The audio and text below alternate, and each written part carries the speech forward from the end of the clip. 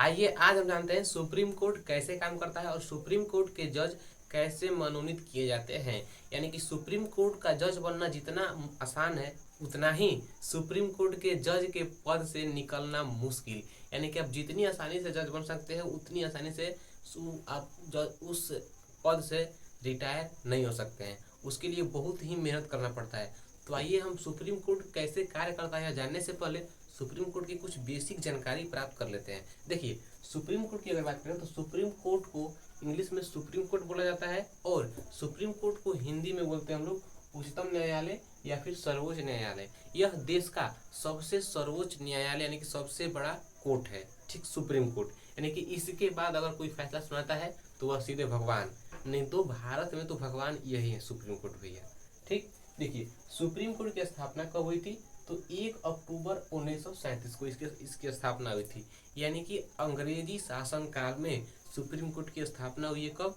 1 अक्टूबर 1937 को यानी कि इसकी स्थापना हुई है। लेकिन सुप्रीम कोर्ट की प्रथम अगर बैठक बोल दिया कि सुप्रीम कोर्ट की प्रथम बैठक कब हुई है तो 28 जनवरी 1950 को इसकी प्रथम बैठक हुई। यानी कि 26 जनवरी के 2 दिनों के बाद क्या हुई है? इसकी बैठक हुई है, ठीक। सुप्रीम कोर्ट की प्रथम बैठक 28 जनवरी 1950 को। और सुप्रीम कोर्ट के जो प्रथम न्यायाधीश थे वे एच.जे. कनिया थे। वे एच.जे. कनिया मतलब कि दुल्हन ना, ऐसा आप लोग याद करना है। यानी कि एच.जे. कनिया सुप्रीम कोर्ट के प्रथम जज थे, ठीक। और वर्तमान में अभी जो है वह यशवंत चंद्रचूड़ है, ठीक। सुप्रीम कोर्ट के लिए कोई भी न्यूनतम आयु नहीं रखी गई है, लेकिन सुप्रीम कोर्ट की अधिकतम आयु कि सुप्रीम कोर्ट में हम कितने समय तक जज रह सकते हैं इसकी अधिकतम आयु है 65 वर्ष। और इसकी अधिकतम आयु कितनी है? 65 वर्ष। और सुप्रीम कोर्ट के जज को बोला जाता है क्या? CJI यानी कि chief justice of India. Supreme court के जज यानी कि मुख्य न्यायाधीश को क्या बोलते हैं हम लोग? CJI यानी कि चीफ जस्टिस ऑफ इंडिया। वर्तमान में अभी हमारे पास सुप्रीम कोर्ट के जितने जज है वे 34 हैं। कितने? 34 यानी कि 34 है। और 30 यानी कि 34 में से एक मुख्य है जिसको हम लोग CJI बोलते हैं। और ये मुख्य कौन है? तो यशवंत चंद्रचूड़। और तो 33 जो बच गए 33 इनके अधीन में कार्य करते हैं। मतलब कि वे उतने वरिष्ठ नहीं है जितने कि ये यानी कि उन 34 में वरिष्ठ हैं, ठीक। अब देखिए, अगर बात करें कि सुप्रीम कोर्ट का जज बनने के लिए आपको कौन कौन सी फॉर्मेलिटी पूरी करनी पड़ेगी, तो सुप्रीम कोर्ट का जज बनने के लिए सबसे पहले आपको एक भारतीय होना पड़ेगा। मतलब कि अगर आप एक भारतीय हैं तभी आप सुप्रीम कोर्ट के जज बन सकते हैं, और अन्यथा आप नहीं बनेंगे। और सुप्रीम कोर्ट का जज बनने के लिए आपके पास अनुभव होना चाहिए कितने साल का? तो 5 साल जज का और 10 साल वकील का किसी भी हाई कोर्ट में ना।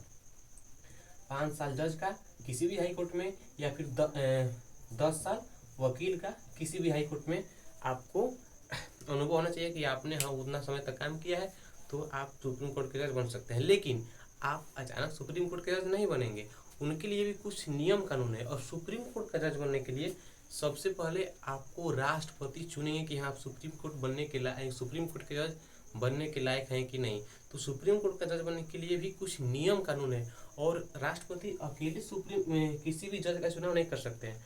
राष्ट्रपति के साथ साथ 5 और व्यक्ति मिलेंगे तब आप सुप्रीम कोर्ट के जज बन सकते हैं।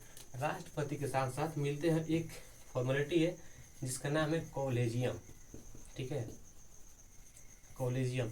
इसके तहत ना एक CJI होंगे यानी कि सुप्रीम कोर्ट के प्रमुख जज, जिसको जी कौन है ये अभी वर्तमान में कौन है? यशवंत चंद्रचूड़ यानी कि सुप्रीम कोर्ट के मुख्य न्यायाधीश होंगे एक, ठीक। और इनके साथ साथ 4 सुप्रीम कोर्ट के और वरिष्ठ जज होंगे, एक इनको लेके और एक 4 ये 5 गो हो गए, 5 गो ये हो गए और एक राष्ट्रपति हो गए। मतलब कि राष्ट्रपति को लेकर के 5 गो सुप्रीम कोर्ट के जज ही अपने में कुछ मतलब कि बात विचार करके आपको सुप्रीम कोर्ट का जज बनाएंगे। देखिए, जितनी आसानी से आप सुप्रीम कोर्ट का जज बन सकते हैं उतना ही मुश्किल है सुप्रीम कोर्ट के जज के पद को निष्कासित करना। देखिए कैसे, अगर आपको सुप्रीम कोर्ट के किसी जज को निष्कासित करना है तो सबसे पहले संसद में यानी कि संसद के लोकसभा वाले भाग में 100 आदमी का सिग्नेचर चाहिए एक पेज पे, यानी कि 100 आदमी अगर साइन करेंगे कि हाँ ये जज खराब है, यानी कि इसको अब उसके पद से निष्कासित किया जाए। अगर 100 आदमी उस पर मतलब कि साइन करेंगे, एक मत होंगे, सहमत होंगे, और उन 100 आदमी अपने स्पीकर को वो पर्चा देंगे, तब उस पर कार्रवाई आगे बढ़ाई जाएगी। ये तो रही लोकसभा की बात। अगर राज्यसभा की बात करें तो राज्यसभा में 50 आदमी को सहमति, यानी कि 50 आदमी की सहमति होनी चाहिए कि हाँ ये जज खराब है, तो इसको इसके पद से निष्कासित किया जाए। तो अगर यानी कि 50 आदमी का साइन ले करके वे सब कहाँ जाएंगे, तो राज्यसभा के सभापति के पास। और यहाँ पे जाने के बाद यानी कि यहीं से उस जज को निष्कासित नहीं हो जाएगा कि मैंने 100 आदमी मान गए या फिर 50 आदमी मान गए तो मैंने वो जज अपने पद से हट जाएगा। नहीं, बहुत लंबा प्रोसेस है। देखिए, जज को चुनता है राष्ट्रपति, तो जज को राष्ट्रपति ही निकालेगा। कैसे, देखिए कैसे। इन दोनों क्रिया के बाद एक जांच समिति बैठती है। जांच समिति मतलब कि इस जांच समिति में ना एक होते हैं सीजेआई यानी कि चीफ जस्टिस ऑफ इंडिया, एक होते हैं। अगर वे नहीं है तो इनकी जगह पे सुप्रीम कोर्ट का कोई भी एक जज होता है। अगर सीजेआई नहीं है तो, यानी कि अगर भारत के मुख्य न्यायाधीश नहीं है तो उनके जगह पे सुप्रीम कोर्ट का कोई भी एक जज रहता है, और वही जज जांच समिति में शामिल होता है। ठीक, ये तो रही सुप्रीम कोर्ट के जज की बात। और उस जांच समिति में ना हाई कोर्ट के एक मुख्य जज भी होते हैं, यानी कि हाई कोर्ट के एक न्यायाधीश भी होते हैं। सबसे पहले सुप्रीम कोर्ट का एक न्यायाधीश जो कि मुख्य होना चाहिए, अगर मुख्य नहीं है तो सुप्रीम कोर्ट का कोई भी एक वरिष्ठ जज होगा, और हाई कोर्ट का एक मुख्य जज होगा।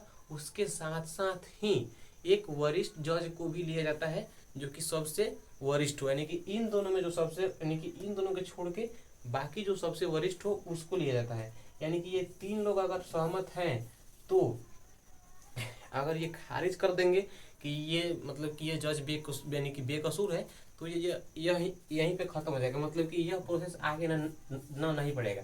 लेकिन अगर ये सही है, मतलब कि यह जज वाकई में खराब काम किया है, तो यह प्रोसेस आगे बढ़ेगा, और इसके लिए फिर से संसद में एक चुनाव होगा, और चुनाव में 2/3 भाग से उसके खिलाफ कार्रवाई होनी चाहिए।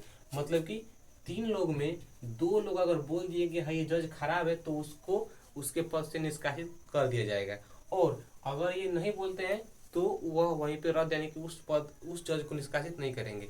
ठीक, अब उसके बाद अगर ये 3 भाग में 2 भाग अगर लोग बोल दिए कि हाँ ये जज खराब है, तब तो उसके बाद ये जाएगा कहाँ पे, वह साइन मोहर कहाँ जाएगा, तो राष्ट्रपति के पास, और राष्ट्रपति ही उसे निष्कासित कर सकते हैं। इतना लंबा प्रोसेस है जो कि भारत के सरकारी काम में जानते हैं कितना होता है लेट, और इतना लंबा करने में पता चला कि वो जज मर गया मतलब कि बहुत लंबा हो गया।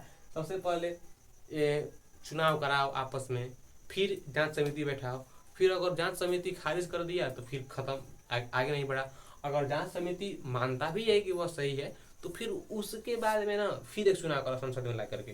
अब संसद में ला करके चुनाव करा, और चुनाव में 3 भाग में 2 भाग आदमी बोलेंगे कि हाँ ये खराब काम किया, तब उसको राष्ट्रपति निष्कासित करेंगे। तो ये कितना लंबा प्रोसेस है। और इसीलिए ना अभी तक भारत के इतिहास में किसी भी जज को रिटायर नहीं किया गया है ठीक, यह एक फैक्ट है। देखिए, भारतीय इतिहास में ना अभी तक किसी भी जज को रिटायर नहीं किया गया है।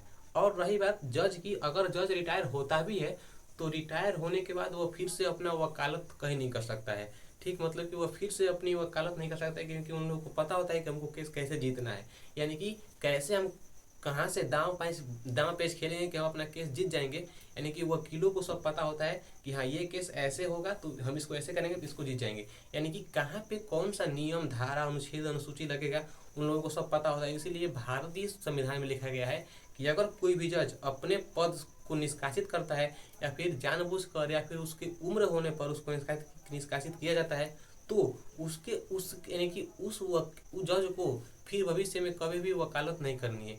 यानी कि अगर वह वकालत किया तो वह सबसे मतलब कि भारत का मतलब समझते हैं आप लोग, उसको सारा दांव पेच पता है कि हमको कैसे कौन सा खेल खेलना है, कहाँ पे कैसे हमको ये केस जीतना है। ठीक, इतना हो गया। अगर बात करें सुप्रीम कोर्ट के क्षेत्र की कि सुप्रीम कोर्ट कौन कौन सा कार्य करता है, तो देखिए सुप्रीम कोर्ट ना संपूर्ण भारत में, यानी कि संपूर्ण भारत का केस अपने अंडर ले सकता है। और सुप्रीम कोर्ट का जो क्षेत्र है यानी कि पहला क्षेत्र है क्या, प्रारंभिक क्षेत्र, यानी कि यह प्रारंभिक क्षेत्र है। और इस क्षेत्र के अंतर्गत अगर केंद्र सरकार और राज्य के सरकार में कोई भी आपसी विवाद होता है या फिर दो या दो से अधिक राज्यों में आपसी विवाद होता है तो उन विवादों को कहाँ पे, यानी कि उस विवाद को कहाँ पे सॉल्व किया जाता है, तो सुप्रीम कोर्ट में। यानी कि अगर केंद्र सरकार और राज्य सरकार के बीच में कोई भी आपसी विवाद होगा तो वह सुप्रीम कोर्ट सॉल्व करेगा, ना कि हाई कोर्ट। और हाँ, भारत में हाई कोर्ट की संख्या कितनी है, 25 है। और भारत का सबसे बड़ा हाई कोर्ट और विश्व का सबसे पुराना हाई कोर्ट इलाहाबाद है, जिसमें सुप्रीम कोर्ट का जो दूसरा क्षेत्र है अपीलीय क्षेत्र है। यानी कि अपीलीय क्षेत्र का मतलब कि कोई भी व्यक्ति ना भारत का हो तो वह सुप्रीम कोर्ट में किसी भी याचिका के लिए या फिर किसी भी केस के लिए सुप्रीम कोर्ट में जाकर के याचिका अपना दायर कर सकता है।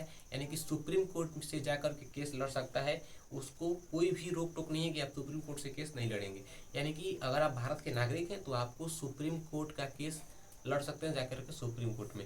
लेकिन सुप्रीम कोर्ट हो या फिर हाई कोर्ट हो या फिर भारत का कोई भी कोर्ट हो या ना, तो वहाँ पे एक कमी है। क्या कमी है, सुप्रीम कोर्ट या फिर हाई कोर्ट या फिर किसी भी कोर्ट में ना, यानी कि समय पर किसी भी फैसले की सुनवाई नहीं होती है। यानी कि अगर केस अगर आज लड़ा जाए तो उसको जीतेंगे हम लोग मरने के बाद, यानी कि 50-60 साल बाद, तब तक हम मर जाएंगे। यानी कि अगली पीढ़ी आ जाएगी तो उस टाइम पे हम केस जीतेंगे, तब क्या फायदा। यानी कि भारत की किसी भी सिस्टम में यही खराबी है कि समय पे कोई भी कार्य नहीं हो पाता है। यानी कि समय पे कार्य अगर होता तो आज हमारा भारत पता नहीं कहाँ से कहाँ होता। यानी कि भारत विश्व का नंबर 1 डेवलप देश यानी कि विकसित देशों की श्रेणी में आ जाता है, लेकिन ऐसा भारत में नहीं है। अब देखिए तीसरा क्षेत्र क्या है, परामर्शदायी। यानी कि परामर्शदायी का मतलब यह अनुच्छेद 143 में है। यानी कि परामर्शदायी का मतलब कि राष्ट्रपति को सुप्रीम कोर्ट के जज सलाह दे सकते हैं किसी भी कार्य को या फिर किसी भी विधेयक को पारित करते समय। हाँ, ये जरूरी नहीं कि राष्ट्रपति उनके सलाहों को माने, नहीं, राष्ट्रपति के उनसे बात विचार करेंगे कि हाँ ये काम उचित रहेगा कि नहीं। मतलब ये एक सलाह के तौर पे, एक दोस्त के तौर पे कि हाँ राष्ट्रपति आप ये सर आप ऐसा कीजिएगा तो आपको ऐसा होगा। अगर मानने का राष्ट्रपति का मन होगा तो उसको मानेंगे, नहीं तो नहीं मानेंगे। बस इसमें केवल इतना ही है। यानी कि परामर्शदायी का मतलब क्या, कि राष्ट्रपति किसी भी जज से सलाह लेंगे और उस सलाह को मानेंगे कि नहीं मानेंगे ये उनके मन पे डिपेंड करता है, उनके मन पे डिपेंड करता है। ठीक, अगला है हमारा कौन सा, तो पुनः विचार, यानी कि पूर्ण विचार। तो पूर्ण विचार इसको आप लोग याद कीजिएगा अनुच्छेद 137 में। तो अनुच्छेद 137 में पूर्ण विचार का मतलब कि अगर सुप्रीम कोर्ट के जज किसी भी फैसले को सुना दिए हैं और उनको लग रहा है कि नहीं इसमें कुछ सस्पेंस है, यानी कि इसमें कुछ दिक्कत है, तो उस केस को आगे की ओर, यानी कि उस केस का डेट आगे बढ़ाया जा सकता है या फिर उस पर पुनः विचार करके ना उस पर अच्छे से सुनवाई करके उस केस को एक नया मोड़ दिया जा सकता है। अगर बात करें वर्ल्ड कोर्ट यानी कि विश्व न्यायालय की, तो वह नीदरलैंड में है, द हेग पीस पैलेस में। ठीक है, और वह वर्ल्ड कोर्ट है जो कि पूरे लगभग विश्व की अगर इंटरनेशनल लड़ाई हो रही हो तो वहीं पे उसको सॉल्व किया जाता है। तो सो आई होप वीडियो आप लोग समझ में आए होगी और मिलते हैं हम लोग एक अगले वीडियो में टॉपिक के साथ। तब तक के लिए धन्यवाद।